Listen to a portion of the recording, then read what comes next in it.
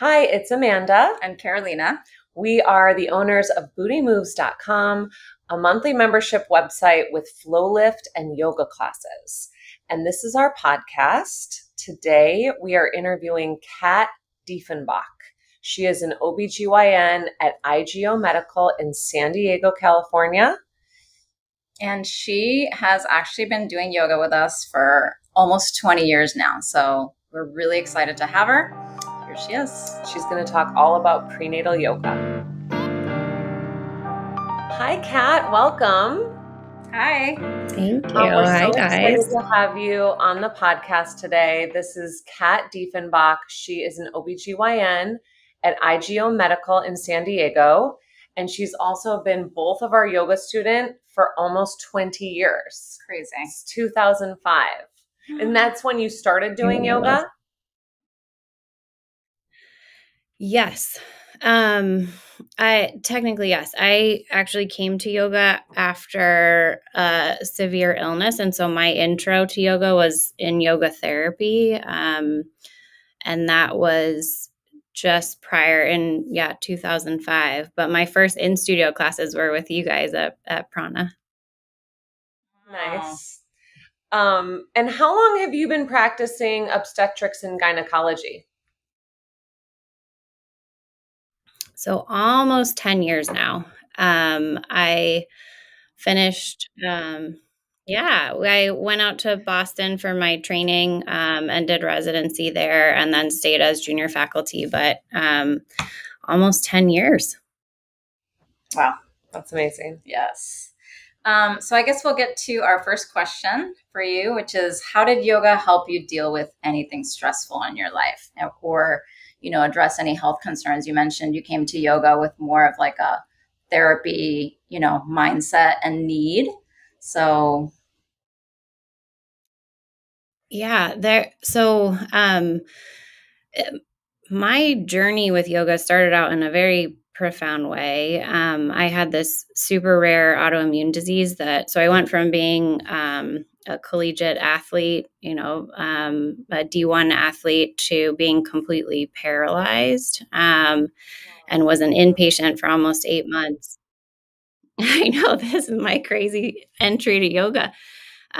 So it's called Guillain-Barré syndrome, and it affects your peripheral nervous system. So you potentially are totally paralyzed. But at some point it sort of turns off and you hopefully get better. And as part of my rehabilitation, we had a yoga therapist who would come a couple of times a week and truly had to teach me how to reintroduce movement to my body. And that was a way that I learned, how to walk again and really like how to move and exist in my body in a physical way, but also introduced so many of the wonderful and incredibly powerful aspects of meditation and breath work that are such an integral part of yoga that isn't just the physical practice. So that was how I started, sort of from this like very intense place, and then got really excited about yoga and pursued it in multiple different ways. Ultimately, I was really drawn to vinyasa just because I had come from being an athlete my whole life, and the movement with breath felt really good and was therapeutic in a lot of ways, especially as I got stronger.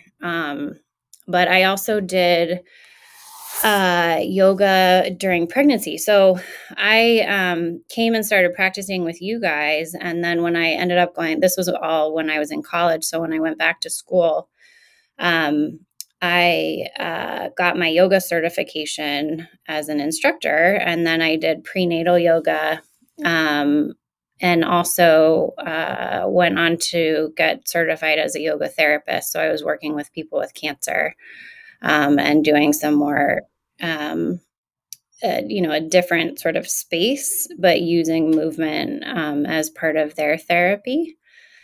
So that was, there kind of been multiple pieces to my involvement with yoga and how I've used it in my own personal life, but also my career. When I was a medical student, I would teach yoga to the other medical students to, try and help with a lot of stress concerns, and also the physical practice. It was helpful. But then now as an OBGYN, it's really fun to have that sort of be a piece of at least my counseling for patients. And, I think specifically today, obviously, we're going to talk about yoga and pregnancy and yoga postpartum, which I think has so much to offer in so many of these spaces. So it's amazing, I think, like how much yoga can be applied to so many areas of your life, and how much it changes, through the stages of everyone's life. And that's pretty amazing. Yeah. So do you think you would have become a yoga teacher if it hadn't been for that whole experience with Guillain-Barré and being in the hospital? Like, did that really inspire you to just see how much that it can really help different things? Yeah, I would like to say that I would have discovered yoga at some point and integrated it into my life in some way. But I was coming at this from, I was a Division I varsity swimmer in college, and, training 6 hours a day, and, pre-med, like that was the mindset and life. And then had this life event that essentially, stopped me in my tracks and literally forced me to be still. And then, re-enter the world in a new way, and re-enter my body in an incredibly new way that wasn't necessarily the body of an athlete anymore. And I think that having that sort of forced journey was really powerful. And so certainly if that hadn't happened, I think that my relationship with yoga and my understanding of what it has to offer would be very different than what it is. Yeah. Yeah. You get a lot of insight from an experience like that. Mm-hmm. So you did do yoga through your pregnancies? No. So I was maybe one of the most miserable pregnant people alive. And I think that's actually an important piece of this, because I would never want somebody watching this to think that, like, if they can't work out in their pregnancy or they couldn't do yoga for some reason, that they're somehow doing this huge disservice to their body or their baby. For some of us, it's just not in the cards. And, I was nauseated and throwing up every single day of my pregnancy from start to finish for both of my daughters. And I was miserable. I think if that had not been my journey, if I had been able to do yoga, that would have been really wonderful. And I Right. think Did you for do any people who meditation, are or able, did you do any meditation? I think that maybe I could have if I was in a different phase of life. And I think that would have been really powerful as well. These are life circumstances. I was a resident, then I was a new attending. And so, it sort of was kind of survival mode for me in pregnancy. But I think for women who are able to do it, and certainly as I help guide many of my patients through pregnancy, I can see the profound benefit of being able to maintain a practice and maintain your physical practice. But also, to your point, I think the meditation aspect is incredibly powerful. And there have actually been a number of studies that have looked at this and have data to support that being able to maintain a physical yoga practice, but also the meditation aspect, decrease cortisol levels. They can test your cortisol, which is the stress hormone, and, before and after.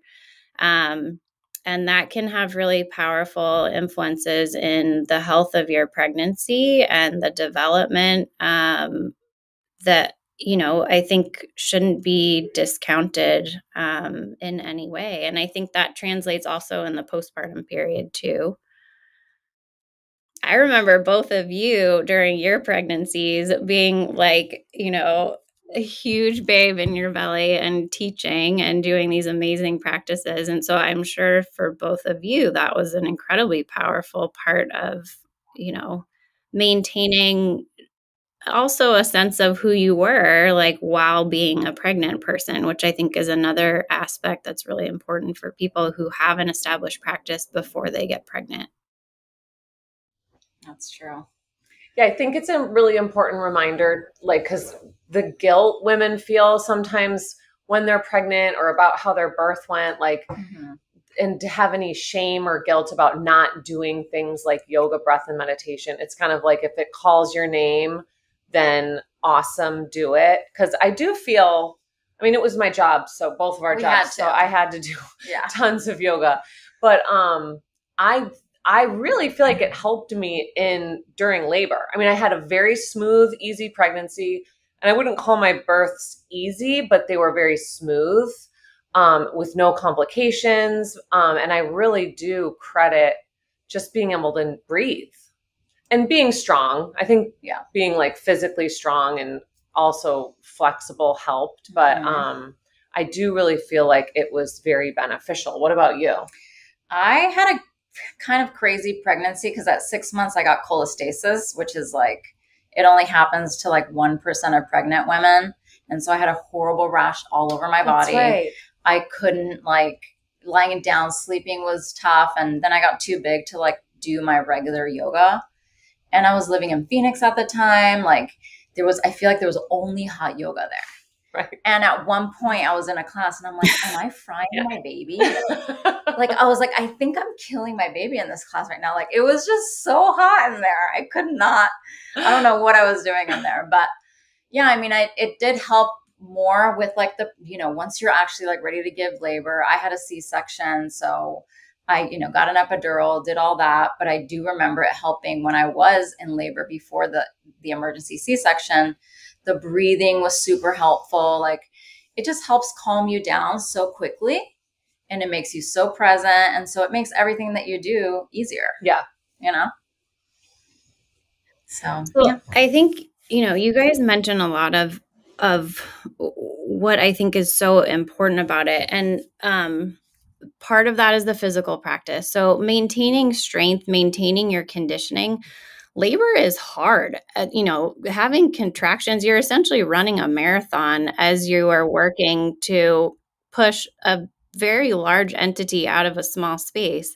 And that involves a lot of strength. And so if you can be in a place that's, sort of similar to your conditioning, that will make your labor easier for sure. I think the breath work is such a huge piece of it, but also the mental aspect. So I think for a lot of people who, you both have lived and experienced yoga in such a profound way, especially because this is your life and what you do and what you share with the world every day. For those of us who do it sort of, as a smaller part of our life, I think there can still be such a profound interaction in the ability to engage in what's happening and observe what's happening, but not be completely consumed by it. And think about how powerful that is in a labor scenario. And so if you can appreciate that you're having these pain sensations, this intensity of an experience, but you don't get drawn into it or sucked into it, that it consumes you in a way that's maybe slightly more negative, that's an incredibly powerful and empowering experience. And I think that's something that yoga truly has to offer so many of us, that is unique to yoga and isn't something that's easily taught in other spaces. So I think that's a really wonderful thing. And you can practice that piece of it. That's a little bit more of the meditative side of your practice, the sort of disengagement or observation or experience without without getting caught up in the physical part of what's happening, that you could still access even if you weren't someone who could go to your vinyasa class, throughout your pregnancy. Yeah. So that's a good thing. Yeah, like it helped me from going into full panic mode. Because That's there was it. just moments Totally. where I was like, I don't know if I can do this, but like I could just keep anchoring back. And it really was. It was through the breath and just knowing how to breathe. It's So, true. yeah. Do you have a lot of patients asking you, like, should I do prenatal yoga? Like, does that come up a lot in your practice? Not really, which I think is surprising, especially being here in Southern California. I practiced in Boston for most of the last 10 years, and the culture is very different. But I sort of wonder if that's just because a lot of people are already doing yoga and they don't really need my opinion about it. Right. Could be, yeah. Especially in San So do Diego. you recommend it when, and are you dealing with women in every stage of pregnancy or, yeah? Yeah. So, I think the most common time that it comes up in conversation is at someone's new OB visit. So they're early in the pregnancy, closer, sometimes 6, 7, 8 weeks. And they're worried about a miscarriage. I think that's when people ask about it the most, is they don't want to do anything that could potentially harm the pregnancy.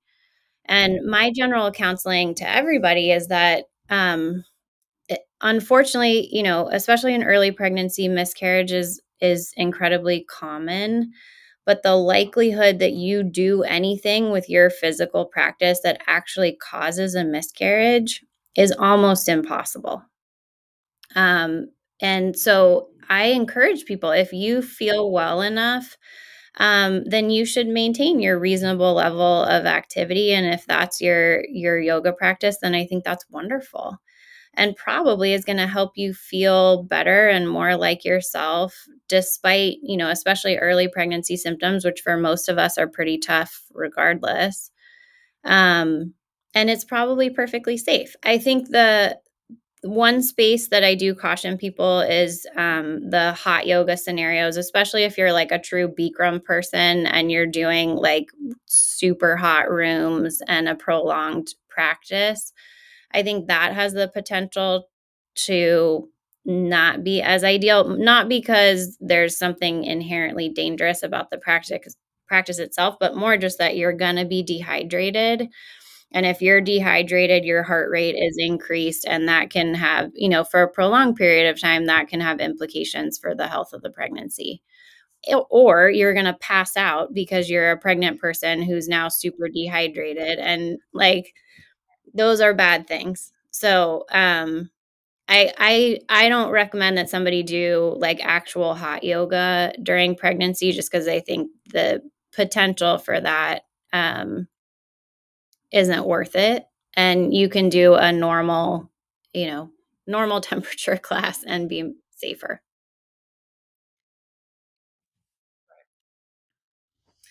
And with prenatal yoga, there's always this sort of accepted viewpoint that if you already did an activity before you were pregnant, you can continue doing it. Yeah. But there's this idea like, well, don't add a new activity.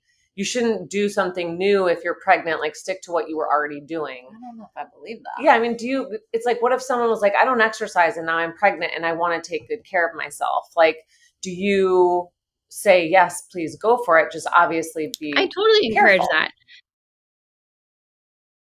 Yeah, I think these are common sense things, right? Like I don't think that it's time to decide that you want to train for a marathon. Like pregnancy is Right. probably not the greatest time to pick that up as a hobby.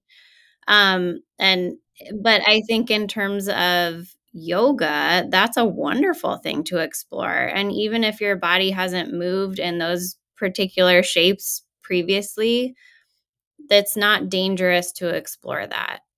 So I would highly encourage anyone, even if you've never done a yoga class in your life. And I mean, you guys know this. There are good instructors and there are not so great instructors. And so, like, ideally, you're connecting somebody with somebody who knows what they're doing and isn't going to teach something that, isn't the most ideal, but you can't protect everybody from that always. But I think with, a reasonable class in, and not doing the super hot yoga, I would absolutely encourage anyone to do that. Right. Because I feel like prenatal yoga can be hard to find. Yeah. So it's like, it's okay if it's not prenatal yoga. And that I also feel like it was like, well, don't do a deep twist and don't go upside down. I mean, is that really true? No. I think the twisting is more, so going upside down, I think is fine. It's more like if you've never gone upside down before, probably now is not the time to explore your headstand practice because your center of gravity is different and you're going to put more strain on your low back. There's the opportunity for overstretch and strain in that scenario, but there's nothing inherently dangerous about being upside down. It's not going to stress out your baby. I think that the deep twisting is like 7 months, I think. Totally. After that, I got well, and I mean, you guys have a full appreciation of how different your body is and that shift of your center of gravity when you have your gravid belly, and it does make different poses more or less accessible. You also have a hormonal influence that does make your connective tissue more lax. And so flexibility is actually increased.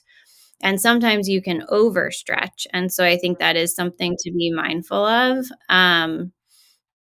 But for the most part, you use your common sense and be reasonable about it. The deep twisting thing, I say, you're not going to squeeze your baby or do something harmful in that sense. So it's more about preventing overstrain, which I think you can do. But the compression of your abdomen or your pelvic structures isn't something that I would be super concerned about. Okay. And then just to kind of take it over to the mental health aspect of this, what percentage of women are experiencing postpartum depression? And maybe even during pregnancy too. I hear of a lot of women being depressed. If you're sick every day and stuff. Mm-hmm. So depression and anxiety in particular during pregnancy is a huge issue that I think, gets swept under the rug in a lot of ways because it's hard to talk about. Sometimes it's a little bit hard to identify even. During pregnancy, there are so many monumental changes that are happening to your body, even on a daily basis from a physical standpoint, that from an emotional and psychological standpoint, it can be really hard to keep up. And, you have your visits with your OBGYN, which I fully acknowledge, 10 minutes to talk to your doctor about everything happening in your pregnancy isn't enough for anyone, right? And so I think that's where we really fall short as providers during pregnancy. And I think if you were to have something like a yoga practice, that can be really beneficial. I talked about the increased cortisol levels as a direct result of a yoga practice. That's going to translate to being potentially helpful for any predisposition or sensitivity to depressive symptoms, and certainly the anxiety piece during pregnancy. Postpartum depression is a huge issue that similarly I think is unfortunately ignored to a huge degree.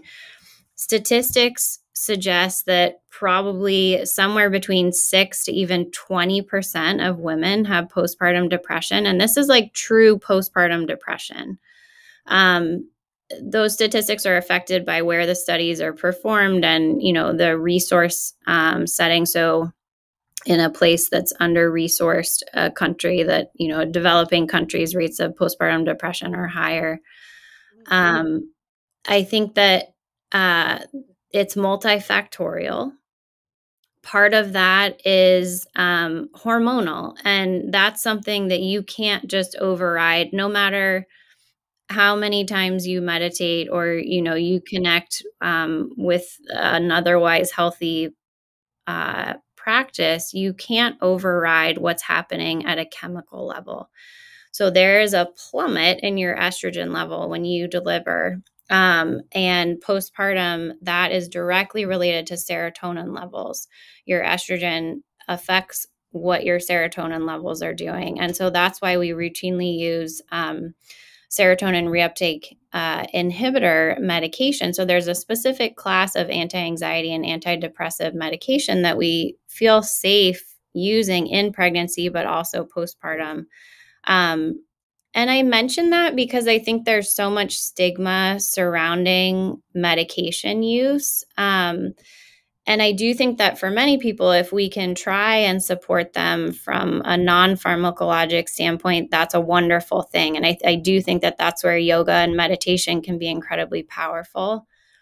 But I say that because I think it's really important for people to hear that there is something happening at a chemical level that for some people, you need additional support and you need medication to help you do that. And so I offer that because I think it should be an important part of the conversation also.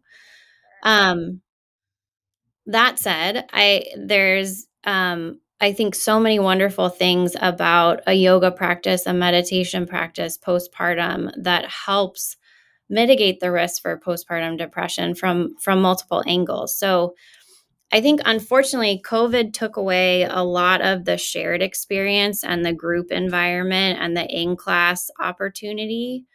But, and I don't know if this was true for either of you in your postpartum experience, but for many women, it can be very isolating. And even though, you have this time off where you're supposed to be having this magical time that you're bonding with this new life that you created, I think for many of us, it doesn't feel magical that way. And having a community, having a space where you can go and experience something that makes you feel good in your body, but also allows you to be around other people, to have a conversation with another adult, even if it's for 5 minutes, talking about, the weather or your new yoga pants or something. Like, it's something that's not sitting alone in your house trying to figure out how to raise this new tiny human that you've created that you're totally overwhelmed by and sleep deprived. And I think there's something incredibly powerful about that. So the physical practice is so important, and I think that that's helpful in terms of rehabilitating your body that has just gone through this incredible journey and so many monumental changes just at a physical level. But there's also that shared experience that I think is really powerful and unique to yoga in many ways. Like, I think that the creation of community is a really powerful thing. And you guys, you have created that space at Büddhi for so many people, but I think truly in the postpartum space, there's so much value to that. So I'm a little bit, I think there's not a lot to do with that now that we're post-COVID, and a lot of people don't go, into the studio as much as they did before. But I don't know what happened, but like people just changed. Yeah. And we thought that everybody would be back, and they're not. Not so. But yeah, I mean, the community aspect of mental health It's so important. Is huge. And especially, I think women are good at that. Not that men are not, but we know how to get together and hopefully make each other feel, heard and understood. And yeah. And I do appreciate, like, you can't meditate estrogen levels back to normal. Like, sometimes you cannot, not enough, all the yoga and meditation in the world will not make you feel better. And they have these amazing medications. It's like, you just want to know all your options and really removing that stigma from doing what you need to do to feel good with your baby. Right. Yeah. So you mentioned the cortisol levels as having, being able to be lowered from being pregnant. Do you see any other benefits for a baby, the baby itself during pregnancy from exercise and yoga? I think I don't know any like hard data to support that, babies grow more healthfully or they have better outcomes or, lower rates of autism or anything like that directly related to physical activity. Um, I think that certainly, so the opposite is true, that in settings of super high stress, malnutrition, um, you know, physical, emotional, mental stress, we do see adverse sequelae for the developing baby. And mostly we see that reflected in growth restriction, higher rates of preterm labor, preterm delivery, hypertensive disease, so high blood pressure in pregnancy. But we don't have like hard evidence to say that if you do yoga, your baby is going to be that much healthier necessarily. But I don't think it's going to hurt. That's for sure. Yeah, that's true. And then you mentioned meditation. So do you meditate? How often do you meditate? And what do you recommend for your patients? I'm smiling because I give all of this advice and I tell all these wonderful things to my patients, and I am so bad at self-care for myself. And, I'm a full-time working mom of 2 little girls, and my husband's a physician too. And, I'm the primary household runner. And so the fact that I was able to come to yoga once or twice a week for the last, well, not the last few months because I broke my ankle, but before that, that was like a huge step forward for me. And I would hope that most people out there are doing better than I did, because I think it's incredibly important to prioritize those things for yourself and your own health. I think in an ideal space, I would love to be practicing even, 3 times a week. That would make a monumental time, change in my life. And in an ideal world, I would prioritize my meditation practice too. But I say all of this to normalize for people too, that I think there are phases of life where you're able to access these pieces of who you are and what your life looks like. And that's not going to be a constant. There was a time in my life where I was practicing every single day and had a really wonderful meditative practice that similarly was happening every day. And I felt incredible. But in this moment, that's not in the cards, and that's okay.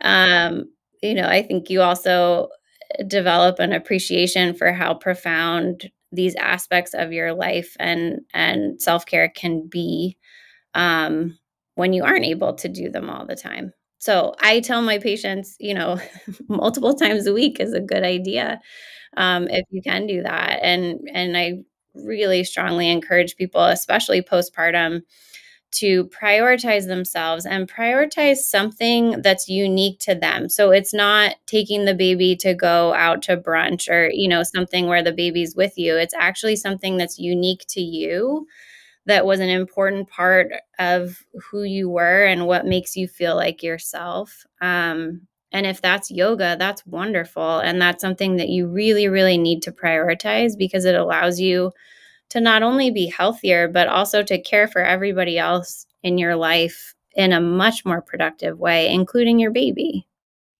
That's so great that you tell patients that, because I feel like most doctors aren't aware enough or sensitive enough to like know that these issues exist for women and that they should, do these little things that make a huge difference in their lives, Well, I think, it always makes me sad to hear that, but I think the reality is that it's totally true. And I think, there's some element of when you have the experience, it better informs your counseling, right? And in medicine, it's not like you can have every medical problem so that then you're able to counsel people through that. But I do think, because I was someone who really felt the profound benefit of yoga in my life prior to becoming a mom and prior to going through the journey of pregnancy myself, it really does inform how I approach my counseling now and how I approach, my shared opinions about what's helpful and healthy and productive in pregnancy. So not everybody had the opportunity to be introduced to yoga. And, they come at it from different angles and different backgrounds. But I kind of think that yoga is like a no-brainer, even if you're somebody who does, as a physician, like if you're somebody who doesn't practice yoga, I feel like you should probably be able to recognize that it's a good thing and, in general, encourage your patients to do it. But I do think that if it's not something you're familiar with, it may not be something that you prioritize in your counseling, I guess. Okay. And when you're counseling women, is there something that sort of sticks out as like the biggest source of stress for women or pregnant women in general? Or is it just all over the board? It's just everything. But I do think that when you become pregnant, there's this immense burden that you place on yourself and responsibility to make sure that you don't do something wrong that's going to adversely affect your baby.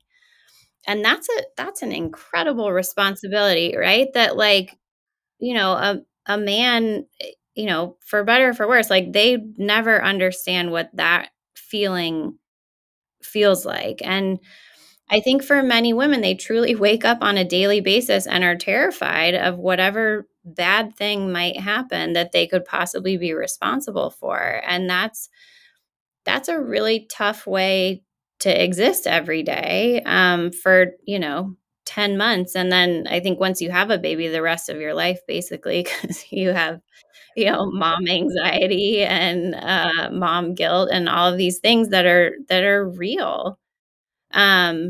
So I think it's that. I think, so much of the medicine that I practice isn't really medicine. It's like trying to normalize someone's experience and normalize the incredible changes that their body's going through as they're working to grow a human.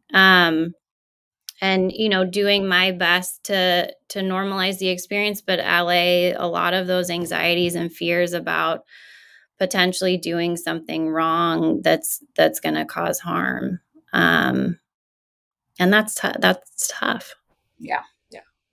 Well, it's like you said about yourself, you're a doctor, you're a mother, you're a wife, and you're running your house. Like a lot of women are doing all those things. Yeah. I mean, men are helping. I'm not saying that they're not, but we do run the house. Mm-hmm. And sure. It's a lot. And that's, so many women work and so many women are doing all these things at the same time.